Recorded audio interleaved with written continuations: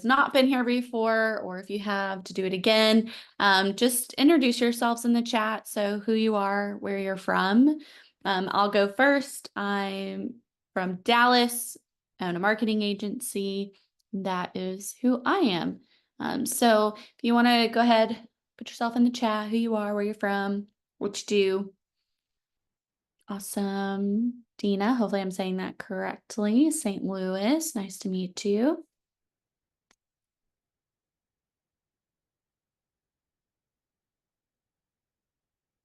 Wait for some other people to do so.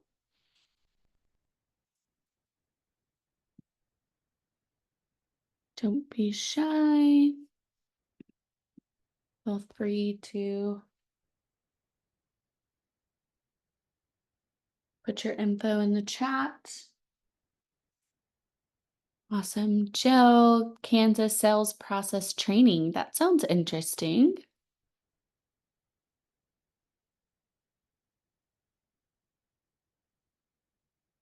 Evan, Picket Wire, Canyon, Colorado. Fun. Denny, Moon River Bed and Breakfast, Maysville. That sounds awesome.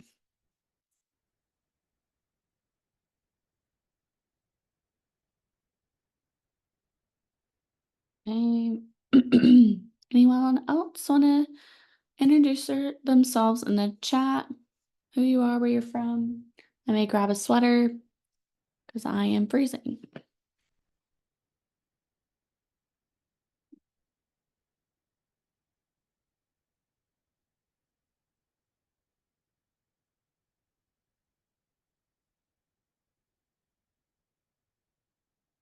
Feel free to intro yourselves. We'll start in about 2 minutes.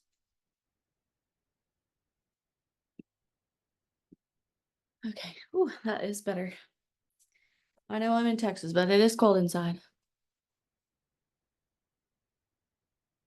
I'm sure some of y'all are getting into your nice fall weather. Not us. Well, you just never know with Texas. Awesome. A few more people are joining. For those who are joining, please introduce yourself in the chat, who you are, where you're from, what you do. I'm in Dallas, own a marketing agency. We'll get started in about a little less than 2 minutes. We'll jump in. I always like to give the first 5 minutes for people to join, get comfortable. Hopefully everyone's enjoying a nice lunch or has finished lunch. Jax, you do SaaS in Niagara. Hopefully I'm saying that correctly. One fun fact about me is I am geographically not intelligent and I mispronounce things all the time. Joe Perez from Chicago Insurance Agents. Nice. I am obsessed with Chicago hot dogs, okay? They're just life-changing. From Texas, you just usually put some ketchup on it and go, or you're doing a chili cheese. My life changed when I had a Chicago hot dog. It's so good. I'm sure you've had it, Joe, but if you haven't, I highly recommend. Okay, a little less than a minute and then we'll get started. Awesome. Okay, well, let's go ahead and jump in. I'm going to put my phone on Do Not Disturb. I'm going to go ahead and share my screen. Maybe.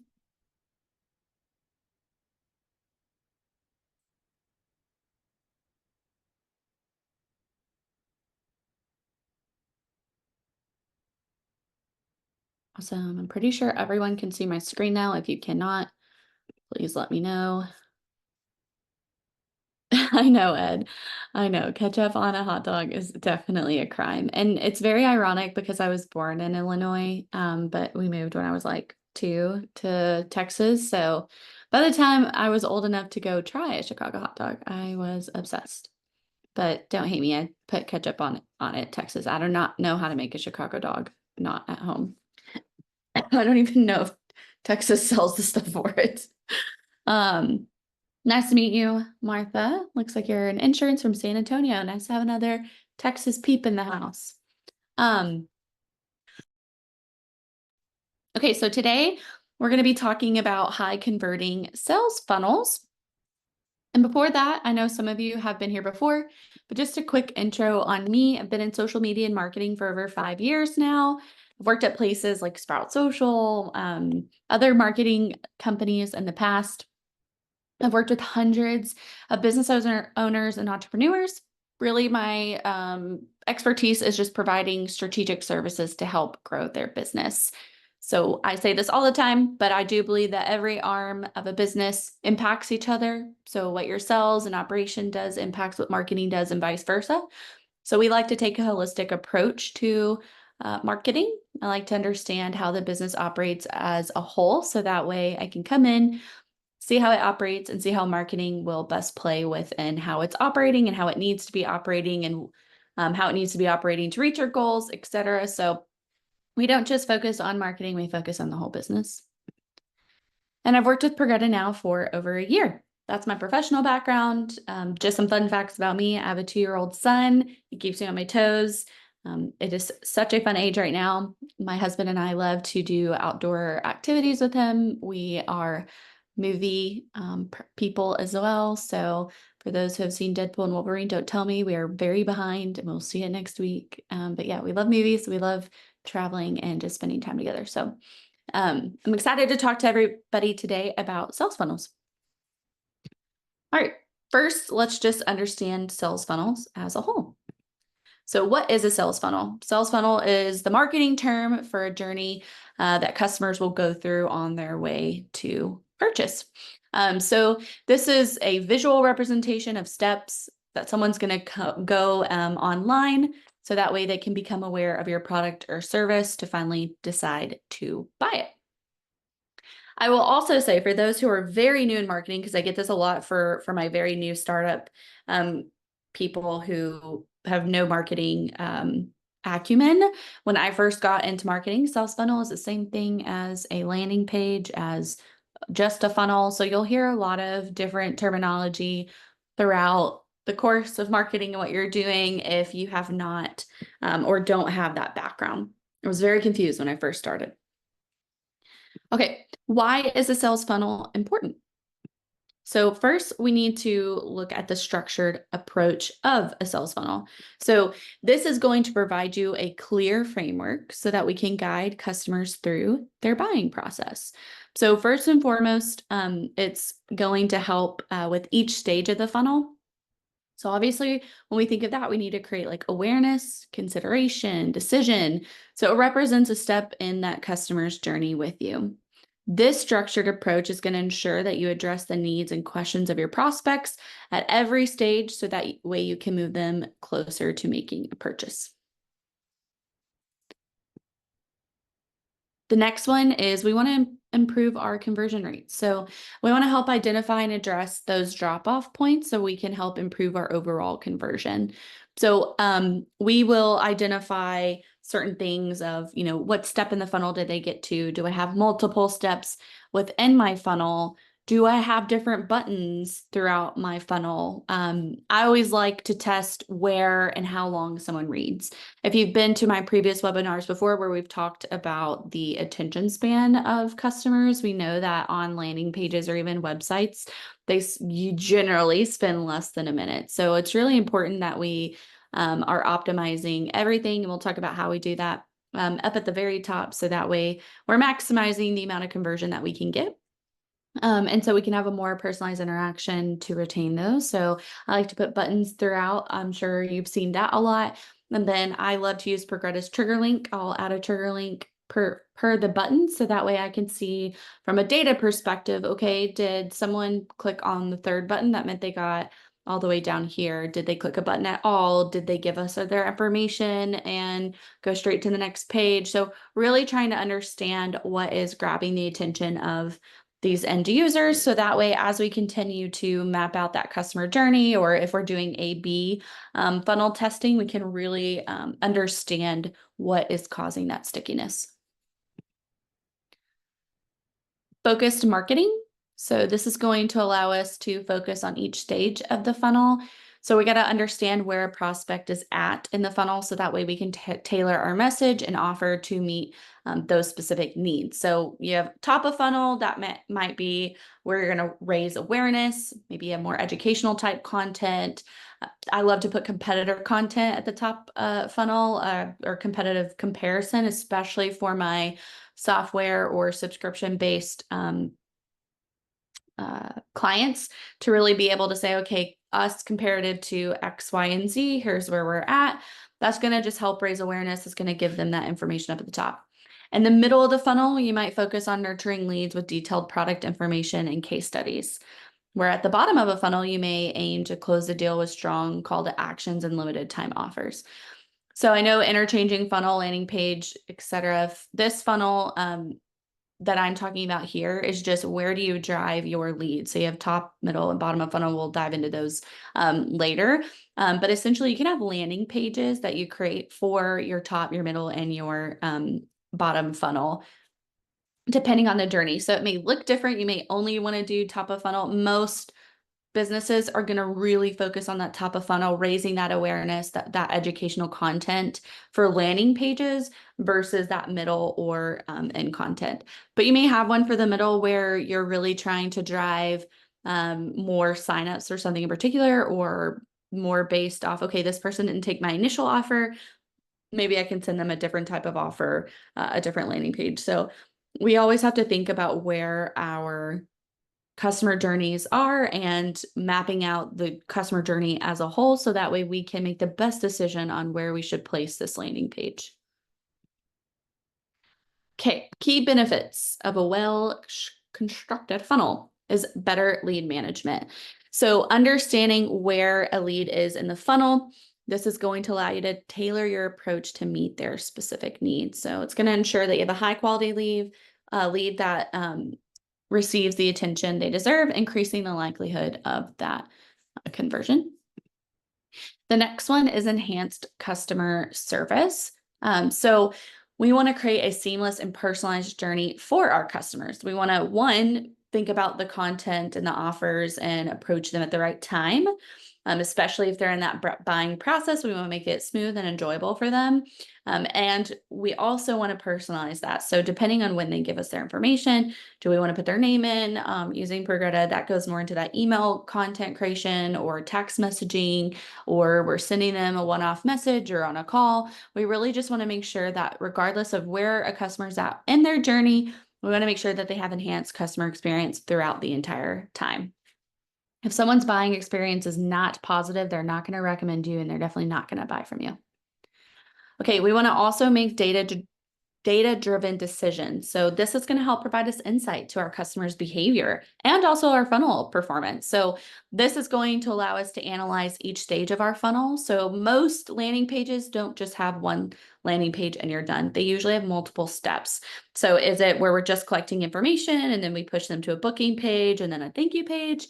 Do we make them go through several steps? So they give us the information, they have to watch a video, then they get to book, or do they have to give us a series of qualifying answers to, maybe we're sending out a survey to understand who they are they the right customer? So there's lots of different journeys that someone can take through a funnel. And so we've got to understand those trends. We got to pinpoint bottlenecks. So I'll give you a perfect example of a bottleneck.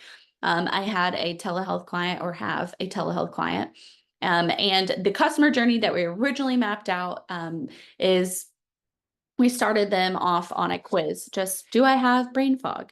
And this was something intriguing. Who doesn't? I love taking quizzes if I see them online. I'm like, oh yeah, I want to know what I have, or what I am, especially the personality ones, if anyone's done those out there, but I digress. So it was a brain fog where we just initially was like, do you have brain fog? Answer these simple questions. It was not intuitive. It wasn't super personal information, private information that, an end user would not be comfortable sharing, just learning about us. And then based on that, we sent them scoring. So you have, this score, which indicates yes, no, maybe, and here are some next steps that you can take. they ranged within a specific score, we pushed them into what we called our health fit survey. Now, this is where we did ask more qualifying questions, more medical background information on them, where they live, et cetera, so that a doctor or nurse could reach out to them. And then after that, when they gave us the information, we would notify a nurse on the team.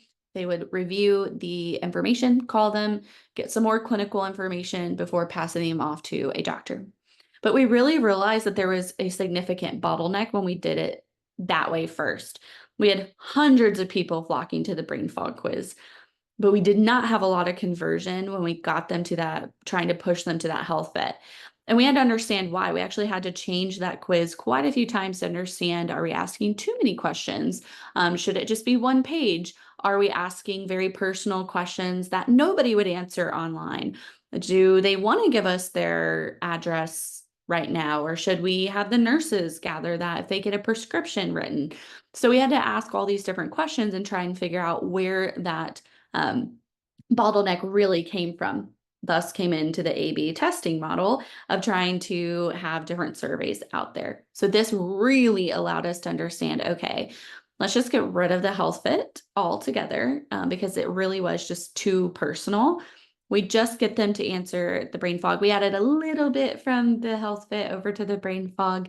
And then now they answer that, the nurses review it, they reach out to really gather their intentions, their buying intention, if they want to have a doctor's appointment. And if they do, that's when they get the information over the phone.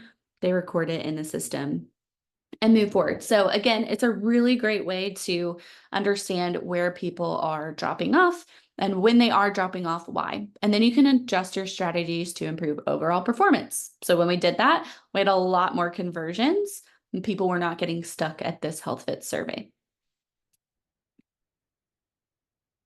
Okay, now let's understand the customer journey. So customer journey encompasses all the experiences and interaction a customer has with your brand from initial awareness to that post-purchase. So we really need to understand that journey to support them at each stage, guiding them smoothly towards that purchase. The best example that I have always given that I think works 10 out of 10 times is you yourself need to sit down and map out what you need from a customer to get them from just being an initial lead or having initial interest all the way to that closing stage. What information do you need to know? What do they need to do? How fast do you need to go? How long does the process take? All of those things. Map them down on a piece of paper. I'm old school. I can't write things down digitally. I just have to map it out with a pen and paper, but do it digitally. There's draw.io out there. Whatever the case may be, just map the flow. That's going to help you understand just your baseline. This is what each stage encompasses and where a customer needs to go. And then that can ensure that you're putting the right content in front of them at the right time. This will also help you identify timeline. So, hey, this is my customer journey map. And I'm really seeing that people are getting stuck here. How can I make this better? Do I need to provide more education? Do I need to do a phone call instead? Do I need to provide something more on the front end to get them past this initial step? So it's really going to allow you to see what needs to happen, map it in your CRM if you're using Progreda or a different CRM, make those your pipeline stages, and really just start to dive in to that journey. Because again, at the end of the day, your customer's not going to buy from you if it's not a smooth process, if it's confusing, and there's too many steps. Okay, why understanding the customer journey matters. So customer-centric approach. So it's just going to just help you tailor to meet the needs and preferences of your audience. So we're going to want to ensure that we're not just putting content out because we think that it's good content. We want to make sure that it's actually resonating with our audience. That just totally goes off emotions. We know that everything that we do, and put yourself in your own buyer's shoes when you're educating yourself on a potential product or service. What are the typical steps that you might take? What do you want to see? How do you end up buying? So when you put them, your customers in the center of your strategy, that's where you're going to get more personalized and relevant experience, content, that's going to attract that customer and keep them engaged and satisfied throughout their journey. Improved engagement. So we want to increase the likelihood of engaging customers effectively at each stage. So that means on your funnel, we want to keep them engaged maybe with a video, a quick video, not a long one. Maybe our title needs to be captivating with like a hook, for example. Maybe we just need to get simple information, maybe first name and email, just the bare minimum, just to capture that information and move them forward through the journey. Whatever that looks like, we really want to make sure that our customer is engaged from the minute that they hop on that landing page.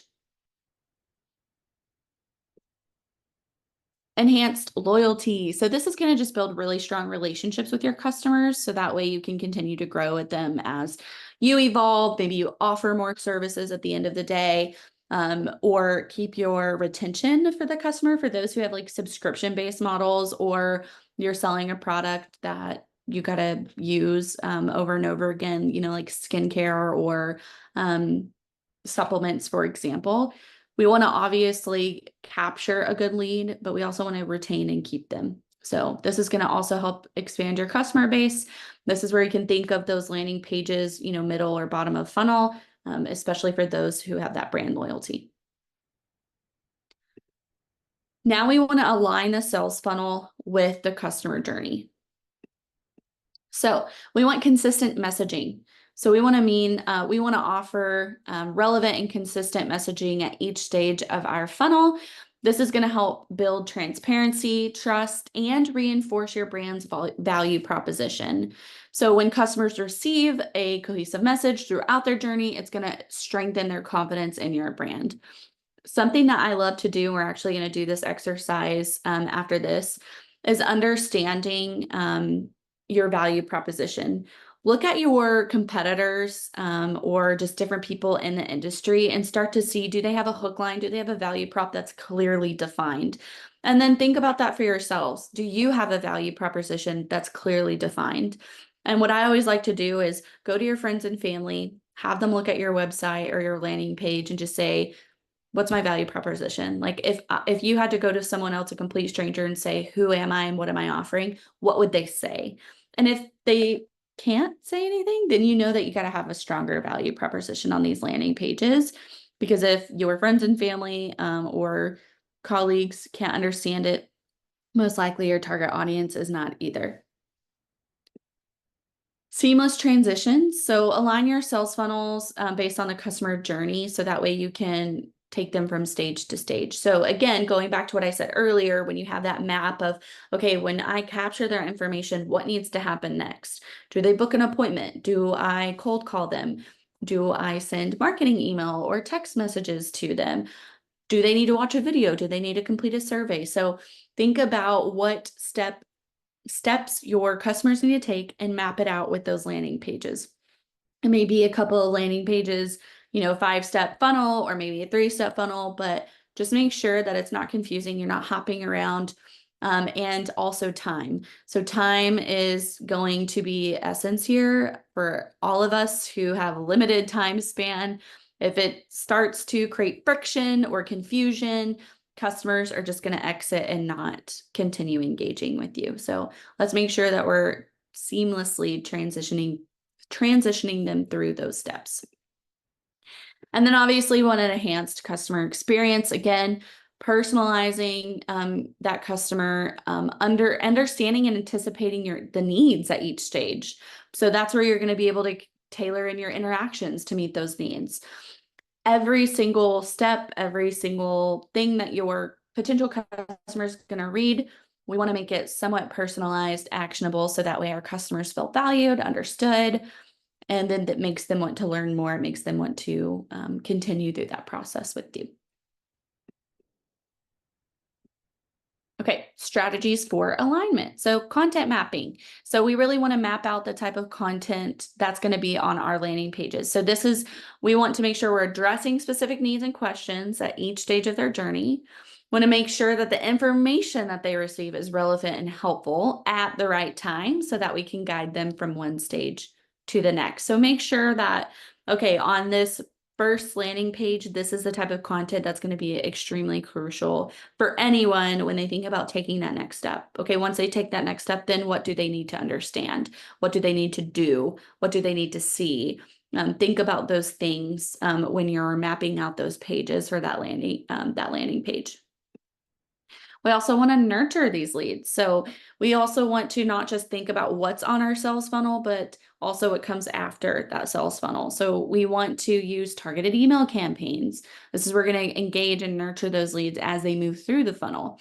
So this is a great example. I always say if you're kind of starting out and you don't really know who your leads are or who's actually going to buy or convert from you, a great way to start is doing a simple 3-page funnel.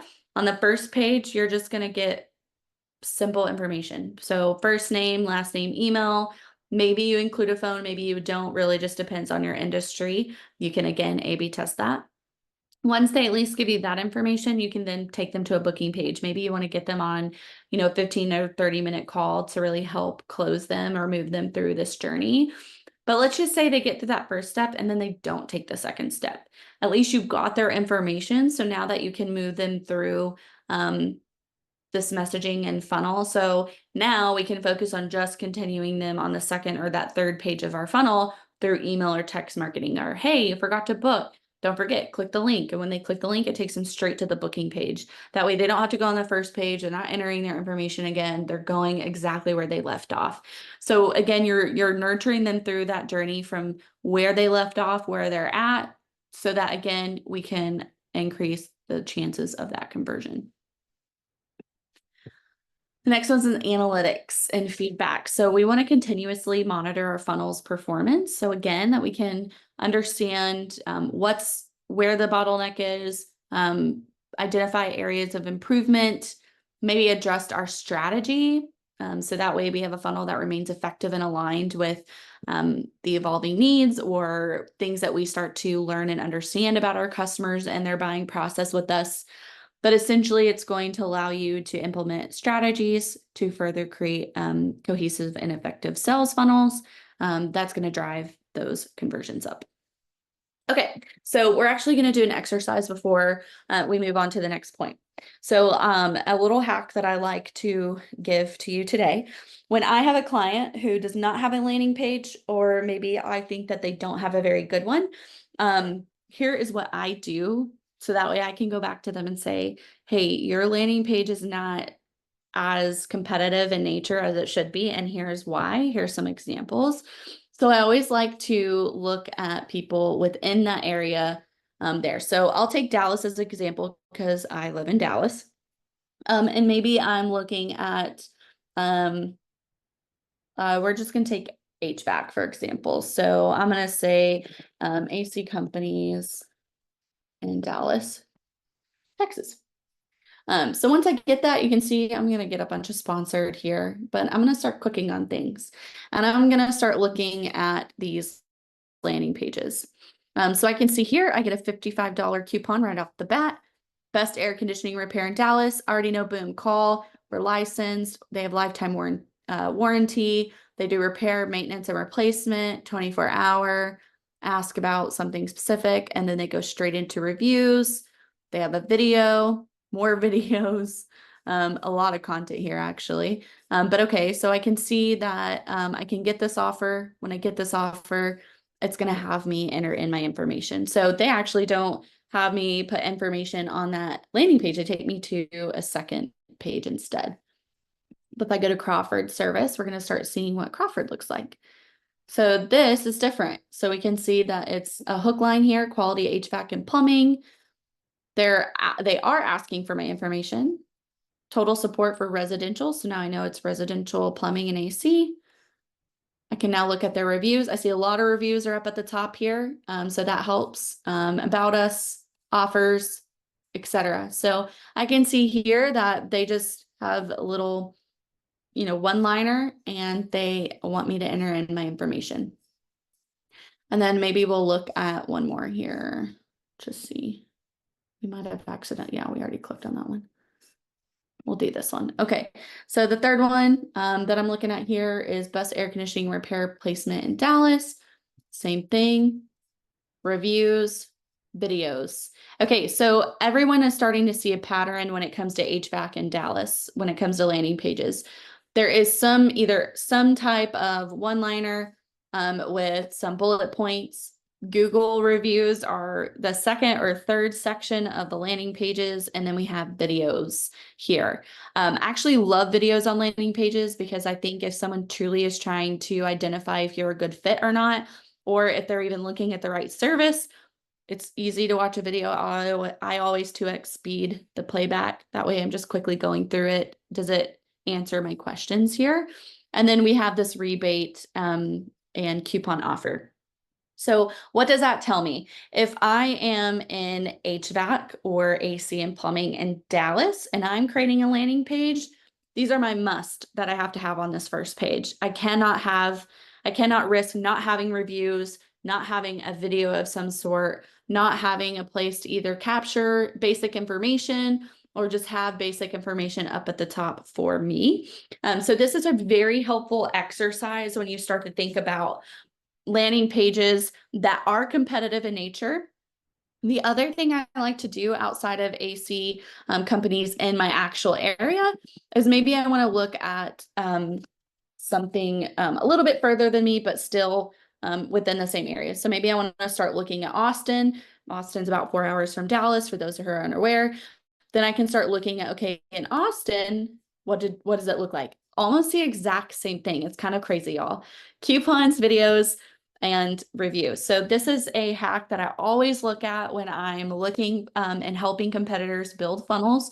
I'm giving it to you. Do this. I promise you're going to see a trend every single time within your industry.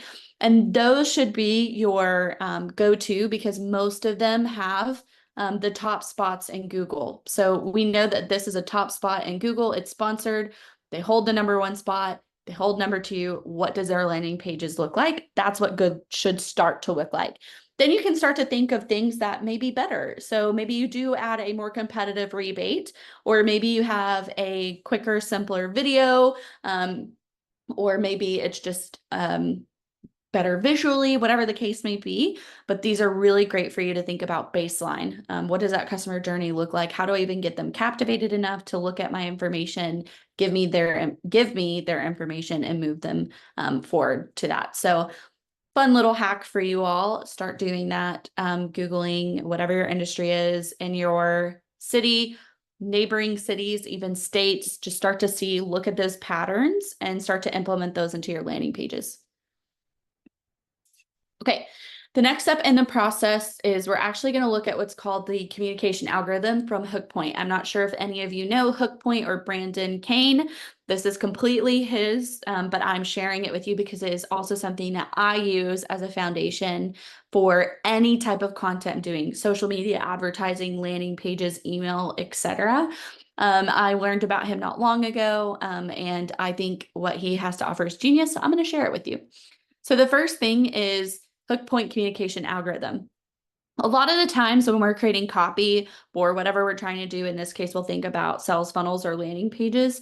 We really start to think about, okay, my target audience, how do I think that they're going to perceive this or should perceive this? But in generally, there are categories of communication styles for all consumers.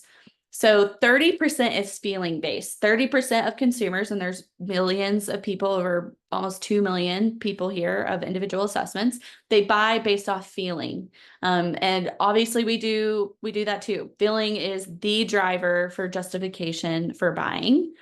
The next one is facts. So 25% of buyers are factual based. So what are my opinions? What does it mean? What, where, why, who, information, data, timeframes, etc. So they're very logical thinkers.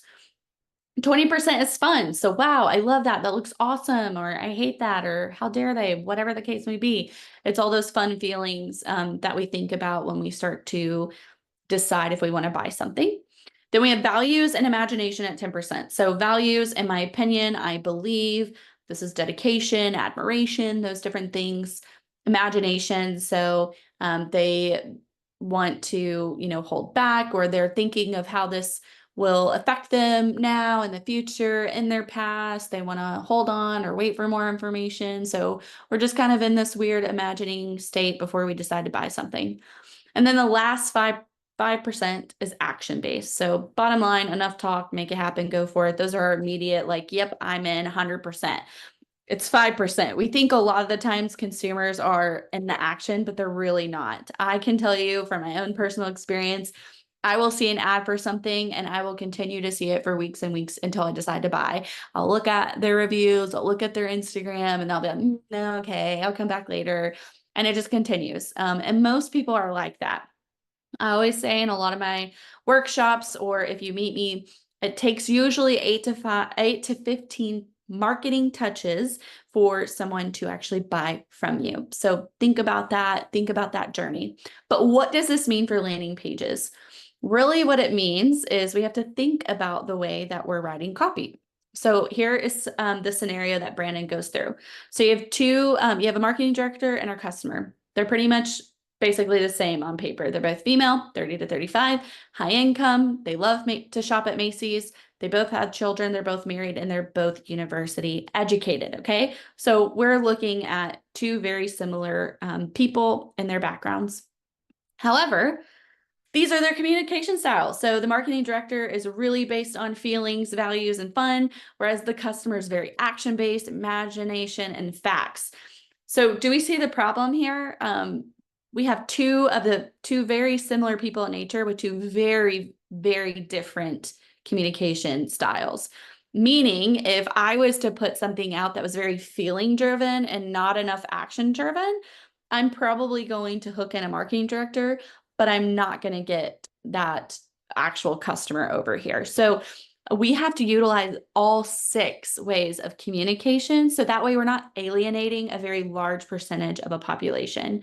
So for any of those who have heard of the movie Inside Out, Pixar does a really great job at this because each little person in the head represents each of those feelings. And so it really doesn't matter what age you are, you just resonate so well with the movie. And that's how they got such a wide range of viewers and phenomenal reviews, is because they really went off this communication style. So with that being said, instead of your marketing communication looking like this, where it's a little bit of imagination, a little bit of values, maybe feelings driven or action driven, it needs to be equally all 6 of them. So we've got to somehow put in imagination, values, funds, facts, feelings, and actions into our copy on our landing page. So no matter who lands on it, they can resonate it based off their communication style. It can be really hard to kind of take a step back and think about that, but we've really got to think about that. So he talked about an example, and I'll share the same example so you can start to think of like, okay, well, how the heck do I do that? So for those in our real estate world, usually when you see a real estate post, it's, oh, this is a 4-bedroom house, 3-bath, whatever acreage for this price, great family home, blah, blah, blah. So we have values, some feelings, some facts, etc. So it's really just straight to the point. Well, Keller Williams realized that they wanted to take it to the next step and really start to understand what was driving someone to buy from them. And so they came in and did the study and saw that a lot of their communications were driven more towards feelings or facts, and it wasn't equally distributed. So the strategist came on board and said, okay, our next post, we're going to hit all of them. We're going to say, hey, it's a 4-bedroom house, 3-bedroom. This is where imagine your family in here growing up. And did I mention that there is a backyard? Your kids can have fun, et cetera, et cetera. It's also in a great neighborhood. So we picked this neighborhood for the schools. Your kids can go to great school districts, et cetera, et cetera. And then for the price of XXX. So they really took a small pieces of each of these communication styles to make one post. And it changed the game for Keller Williams and their strategy and their conversion. So when we start to think about landing pages, not only should we think about the competitive landscape and what has to be on there, but let's think about the copy. Let's make a little bit of imagination, a little bit of value, a little bit of fun, facts, feelings, and actions, not be centered on one or the other. So start to wrap in all of those into your landing page and your communication. You're going to start to see that you're targeting a more wide audience instead of just targeting those specific communication styles. And if it's too hard, at least we know that 25%, 30% is fun facts and feelings. So at least do fun facts and feelings. And that's a good start. At least gives you, I think, like 60 or 70% if I'm doing the math in my head right. Okay. So the next what we're going to look at is high converting funnels. So stages of a high converting sales funnel. This is where we're going to dive into top of funnel, middle funnel, bottom funnel. So top of funnel, this is where your potential customers are first going to become aware of your brand or product. So you're trying to attract them. This could include a video. This could include reviews. This could include just information like bullet point information. So really, this is just here to capture that broad audience and generate interest of what you're offering. And then you have middle of funnel. So middle of funnel is where potential customers are actually now evaluating your brand and then comparing it to others. So to nurture the leads at this stage, you want to provide targeted content that's going to address those specific needs and questions. So we'll see examples here in a little bit of, oh, I see some people, hold on, in the waiting room. We'll see some examples a little bit later of, especially for those in the software subscriptions page, or just like, this is what you get with me versus what you get with competitors. It's kind of like this comparison graph model. I love that because at the end of the day, we're all looking at competitive, whether it comes to pricing, features, functionalities. So really, let's make sure to address those in that middle of funnel through that journey. This could also mean case studies, testimonials. Again, here is another good one. So that's going to just help build that trust and demonstrate your expertise. The bottom of funnel, so this is going to be that decision stage. So are they ready to make that purchase? Are they ready to give you that information? This is where you're going to want to use strong call to actions, ensure seamless checkout processes or seamless funnel steps as far as capturing information. Do they need to book a call? Do they need to fill out a survey? And then follow up is really crucial here. So I am a believer that yes, you can make everything digital and take someone from just capturing information all the way to purchasing, but especially those who have maybe more high ticket type services or products, or they're just not really seeing that. Throwing in a call or even a cold call goes a long way nowadays. Everything is digital, and I think people really appreciate when you have that human touch. And I know you can't do that with hundreds and hundreds of clients, but at least some, pick them up, cold call them, let them book an appointment. I think it does actually go a long way. And I think it really helps you understand your customer and the objection handling. So when customers are in that buying process and they are at that bottom of funnel and I get on the call with them, what hinders them from taking that next step? And then as you continue to take those calls, you can start to see, is it a pattern? Is it a trend? Is it a one-off? And then if you know that, hey, I'm consistently seeing this as an objection, you can go back to that top of funnel and add in some more context there. So think about, again, that entire process from top to end. So that way you have a really good idea of what information you need to put in front of them. Nice to meet you, Cindy. Okay, so creating high converting funnels. So obviously we want to identify your target audience. So who's actually going to be buying from you, booking with you, purchasing from you. We want to craft compelling offers. This can go back to what we just looked at when you're looking at competitive landing pages. What are they offering? Is a free consultation not enough? Are everyone offering discounted services? Are they offering low ticket items, downloads? What are they offering? And can you be competitive with that? Or can you at least meet that competitive offer? So craft a compelling offer, not just what you want to give, but also look at your competitors, because if your competitors' offers are better than yours, most likely someone's going to go that way regardless of what you put on that landing page. Maybe with reviews, but anyway, design effective landing pages. So again, sorry, choking. Again, we want to make sure that when we're creating effective landing pages, what information are we putting on there? what do they need to see first to make that decision, whether they're giving us that information or they're purchasing right then and there from us or booking with us. So going back to what we looked at with those competitive landing pages, look at the design layouts of all of your competitors and your cities, other states, figure out what those bullet points are, figure out your value proposition. So for those who do not have value propositions, identify that first. What are you designed to do? What is valuable about what you're offering? And if you don't have that, then your customers aren't going to understand that. And sometimes you can make hooks off of those value propositions. And so it could be as simple as, guaranteed money back or save time or increase whatever. So you see them all the time in ads and other people's landing pages. So think about what your value proposition is. So that way you can design effective landing pages that are going to convert. Email marketing and automation. So this is really, really important for that follow-up after someone hops into your landing page. So when they hop onto your landing page, are you just generally capturing information? Are they booking something? Are they purchasing something?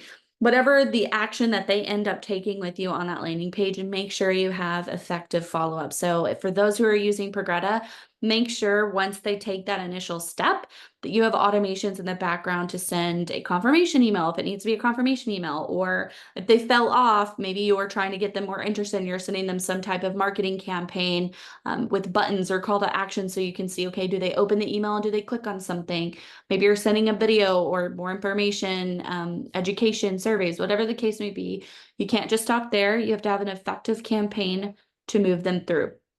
I'll talk about an example here that I did with a client of mine. So and I think I talked about this last time, but I'll, for those who were not here last time, I have a client in the apparel space who also has a private group for men and mental health. So it's kind of like this two-part brand of his, and the primary focus is to get people into this private group to start breaking stigmas around mental health for men.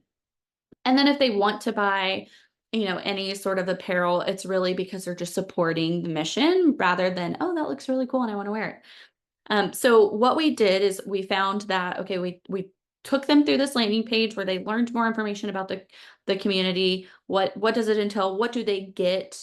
Is it a private, safe space? So we addressed all of these common objections that we started getting on the landing page. And then what we found is we still weren't getting good conversions. So then we thought to ourselves, okay, what's hindering them? So instead of going straight to the purchasing of, okay, now subscribe to get into this group, we started pulling in a survey. So we would ask general questions. Are you struggling with mental health? Are you looking for resources? Are you not struggling, but you want to be a support for someone else? Or are you willing to pay $2.99 a month for this? So we kind of asked different questions. But what that allowed us to understand is, were we putting enough information on the landing page for someone to feel confident about moving to that next step? Or B, do we need to nurture them a little bit more before they do go back to that landing page and make that final purchase?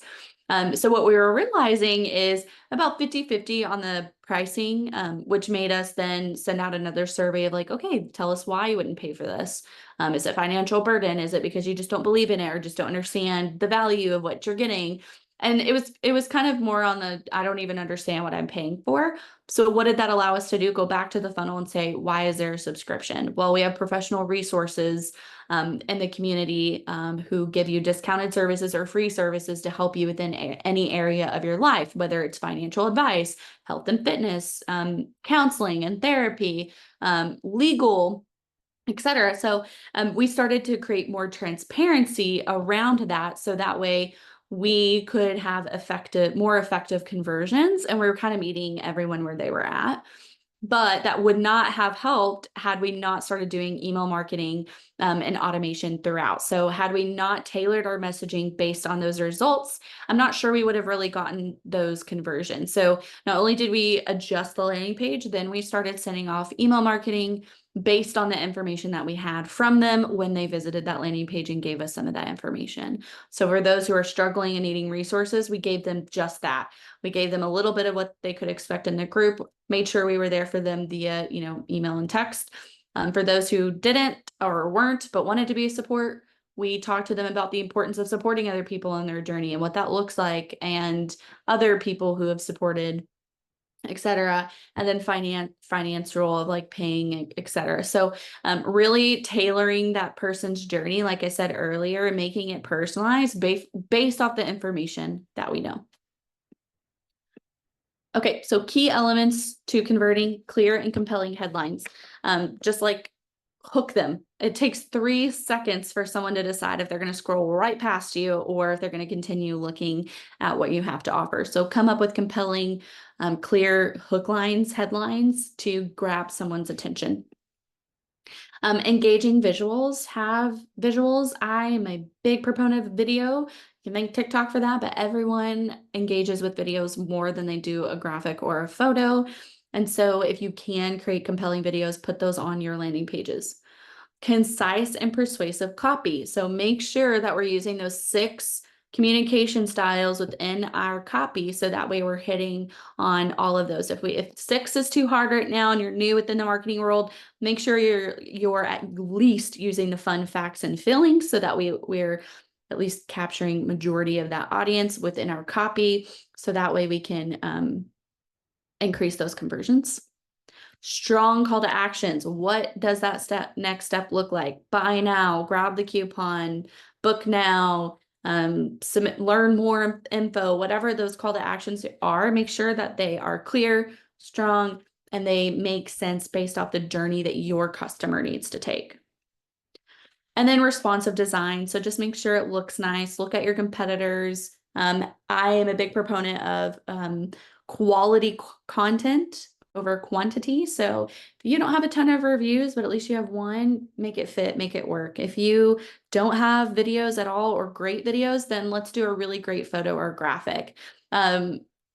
Quality over quantity any day. We're too oversaturated in the digital world to just put any content out there. So let's make sure our design is quality in nature. Fast load times. Make sure your landing page loads fast. For those of you who are using Progreda, you don't have to worry about that. And they have something on the back end when you submit that domain. It's a fast load time. But for those who are using other softwares, just make sure they have fast load times, or you're going to lose that person. And then easy to navigate. We want to make sure it's easy for the end person to navigate through your funnel, that it makes sense, that they know what they're looking for, they know how to take that next step. And then social proof. This is where it's going to really come into those reviews. Reviews are so important when we think about landing pages and funnels. And fun fact for all of you, if you do not have reviews and you're trying to get some, just put some fake ones on there for now. A lot of people do that. I know it's not the best thing to do, but at least to give you something until you work on beefing up the reviews that you are getting. Again, for those who are using Progreda, they have a automated reputation management. So when you close a lead and you are finished with that service, send them a review request. Make sure that you beef that up, so that way you can actually put real reviews on your website. Okay, now we're going to talk about measure and optimizing performance. So we're going to talk about key metrics that you need to track at each stage of your funnel, so that way you can understand how it's performing. So for the top of funnel, we want to look at traffic sources. So how are they getting to our funnel? Are we running ads? Are we putting it on our organic? Is it direct, word of mouth? What's our click-through rate? Are people clicking on it? Are people clicking through it? And if they're not, that's a problem. It means it's not engaging enough, or it's not addressing their buying process of where they're at. So I always like to say a good click-through rate is anything above 3%. 2 is okay, but anything above 3 means it's performing really well. Middle of funnel, so lead conversion rate. So what's our actual conversion rate? Well, you can look at this in 2 buckets, especially if your funnel is split up on what a conversion is. So is a conversion just capturing information? Is the conversion booking an appointment or closing the sale? And you can have conversion rates for each. So I know 130 people visited at 130 unique landing page visits. Out of that, I was able to capture 40 people from that 130. Okay, that's your conversion rate as far as people giving you their information. Okay, out of that 40, 20, at least 50% booked that appointment. And then I was able to convert 10% of that. So you can look at buckets of conversion rate and then look at the conversion rate as a whole. So out of the 130, I really only closed X amount of people. That's really going to help you understand that those bottlenecks. So if I had 130 and majority of them got to that first step, but over 50% dropped off on that next step, what do I need to do to improve that second step follow through for my customers or potential customers? So look at it in buckets and then look at it as a whole. So that way you can determine what steps you need to take next. Engagement metrics. This for landing pages for me would be like videos, for example. So did people click on my videos? Did they watch the video? Any buttons that you have, did they click on buttons? Did they click on the learn more? Did they schedule and book? So those are what we would call engagement on a landing page specifically. So just look at those and see what kind of activity are your visitors engaging with. Okay, and then key metrics to actually track. So bottom of funnel, so sales conversion rate. So how many people did you actually convert and get money from at the end of the day? What's your ROI? Your average order value. So for those who have actual orders or subscriptions, purchases, a little bit different from services, unless you have varied services. But if you don't have kind of like, this is the price for this, and you have a varied, what's your average order value? What's your retention? So what's the customer lifetime value? So this is, I always like to say, another example would be more in the subscription based side of the house. So if my subscription is $100 a month, reoccurring, and I know that on average, a customer spends, let's say 6 months with me, I can presumably say that the lifetime value of my customers on average is 6 times that 100, so $600. And then repeat purchases. So what's that brand loyalty look like? Do we have a lot of people that go back to that landing page? Or do we have a lot of people that come back and buy more services from us? This is going to help you understand. It's not as important for effective sales funnels immediately, but it kind of gets you to think about, okay, when I do capture people, what does that retention look like? Do they buy things from me again? Do they refer me? Or is it just a one and done? Because we don't want one and done. At the end of the day, we want people to stay with us, repeat purchase from us, or even refer us. So that can give you a really good understanding of, am I offering anything valuable enough for someone to stick around? Am I giving quality services or work at the end of the day for someone to be a repeat purchase from me? Okay, and then optimizing your funnel. So again, identify those bottlenecks. Look at techniques for optimization. And we're gonna look at that in a second. I think I'm lagging, so if I'm lagging, just let me know. So this is where we're gonna look at the A/B testing for those techniques. Progreda has A/B testing funnel, so if you're using that today and you're not 100% sure, or you kind of feel like you've identified a bottleneck, get rid of that bottleneck and then put it on another funnel and then see, does that increase my conversion? If not, then you need to go back to the drawing board and figure out, okay, what else could it be? And continue to test until you can figure out what that bottleneck is. Personalization, so personalize as much as you can. We talked about different ways that you can do that. Streamline user experience. So what does that journey look like from beginning to end? Where do they need to go on the landing page? What do they need to do on the landing page? What do they need to do after? Everything should be centered around your customer and their experience with you. And then continuous testing and improvement from there, and redesigns. I'm always looking at data, continue to look at data so that way you can determine, okay, great, I'm having great conversions right now, but how can I make that better? How can I improve that? What else can I do?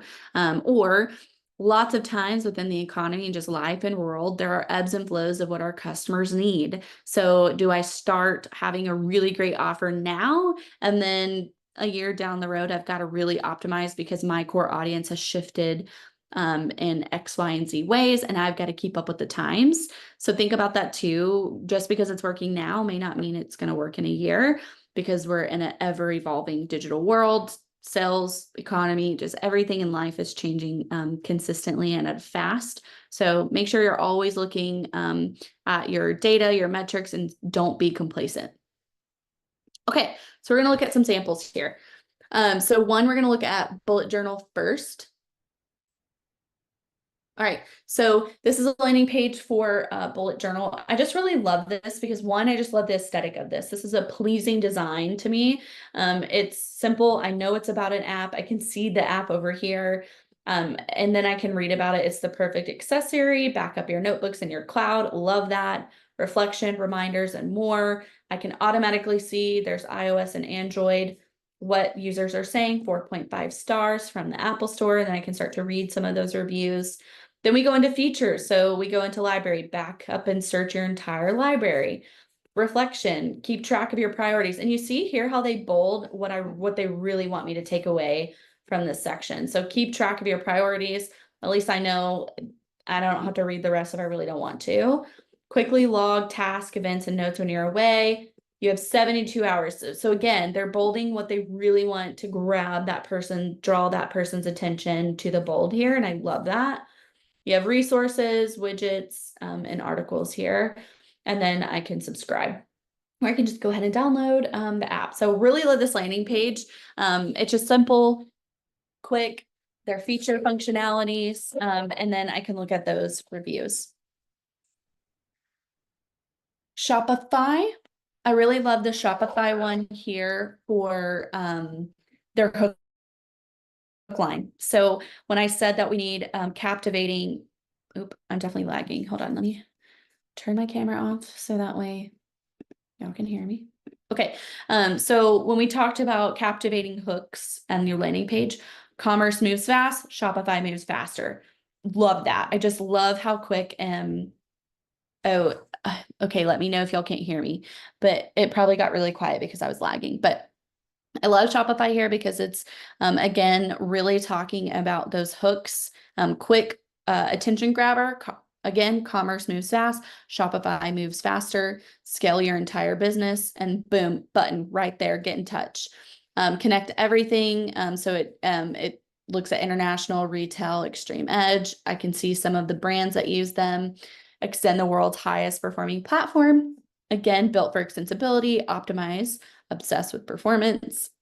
And then I can choose my path. So I can contact sales or I can explore commerce components. So I'm really here just learning more about lower cost, strong marketing ROI, higher impact development. And then look how big these are. 50% more conversion. So converts as much as 50% better than guest checkout with Shop Pay. And then 20% AOV, higher average order value with custom promotions through Shopify functions. I love how big, bold, and quick this is. Who doesn't love conversions and who doesn't love your average order increasing? So I think I just really love how they called that out here. And then obviously reviews. Again, you can see that there is a trend of having reviews on your site. And then again, they have these quick little bullet points here. So love that about Shopify. We're just going to exit out each time. Okay. Gartner, this is a little bit different. I wouldn't actually recommend this, but because of what Gartner is, I thought it was interesting that they did a landing page based off a blog. So what if your most human-centric leader is a machine? And so they did a blog of a webinar, a little bit of explanation, and then I can enter the event with my work email here. I just love really the hook that they used because it gets you thinking, what if my most human-centric, like, what does that mean? And so then I can start to read and come through here through a webinar on a blog from their website. So I actually kind of loved the way that they did that here. Row House. So this is a offer. So first class for free, join a full body workout. Plus you'll be welcomed into the Row House crew, a vibrant community, blah, blah, blah. I can choose my location, go ahead and try it for free. And it's just that. It's literally just that. Try it for free. I really love the simplicity of this is because a lot of the times you'll see try it for free and then all this information, but it's like, no, truly just try us out.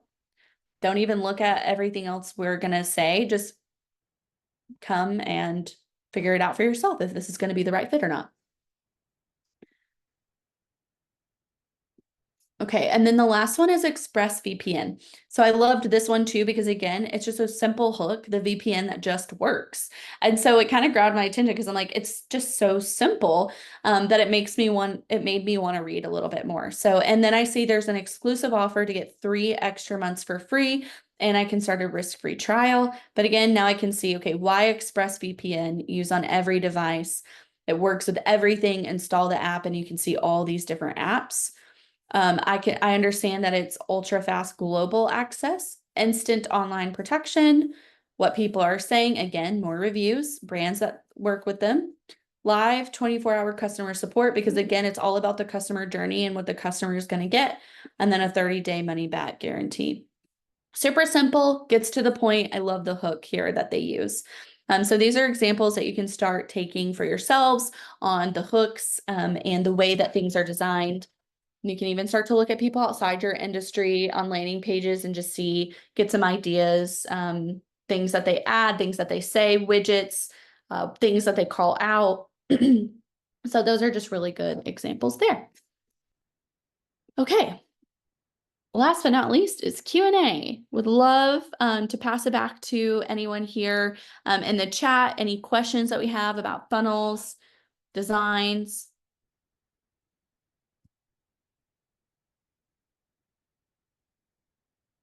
Hopefully we're all using a system for landing pages and funnels. If not, Ange can throw in a free trial to Progreda. It's 30-day free trial. You can trial it out and see if for yourself. On the free trial, that's where you're going to be able to do that A/B testing for funnels, design funnels, start to play around with things, connect your domain. Highly recommend you're not doing that. It's better than websites if you're just trying to get someone into your buying process. People can get overwhelmed with the websites, so landing pages are a really great way just to focus on a specific part of your business. Okay. I'm going to assume no questions unless someone's just typing a very, very long question.